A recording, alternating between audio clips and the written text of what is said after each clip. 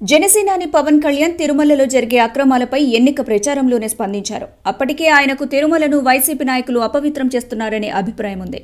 లడ్డూ తయారీపై పవన్ కళ్యాణ్ కు ఎన్నికల ముందు ప్రస్తావించడం, ఇప్పుడు అలాగే తిరుమల లడ్డూ తయారీలో అక్రమాలు బయటకు వచ్చాయి. ఆ రోజు పవన్ వ్యాఖ్యలు సీరియస్ గా భావించకపోయినా ఈ రోజు ఆయన చేసిన వ్యాఖ్యలు నిజం కావడం సంచలనం కలిగిస్తోంది.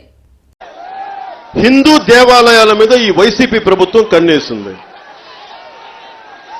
ఉదాహరణకి శ్రీవాణి ట్రస్ట్ అని ఒకటి పెట్టారు తిరుమలలో. దానికి బిల్లు ఉండదు. మీరు 10,000 ఇస్తే దాంట్లో 300కో 200కో బిల్లు వస్తాయి. మిగతా 9,000 పైచీలకి ఎటు వెళ్తుందో తెలియట్లేదు. తిరుపతిని కూడా అడ్డగోలుగా దోచేస్తా ఉన్నారు వీళ్ళు. వైసీపీ దోపిడీదారులు చెప్తా ఉన్నా, ఏడుకొండల వెంకటేశ్వరుడితో మీరు ఆటలాడుకుంటున్నారు, నామరూపాలు లేకుండా పోతారు ఒక్కొక్కడు.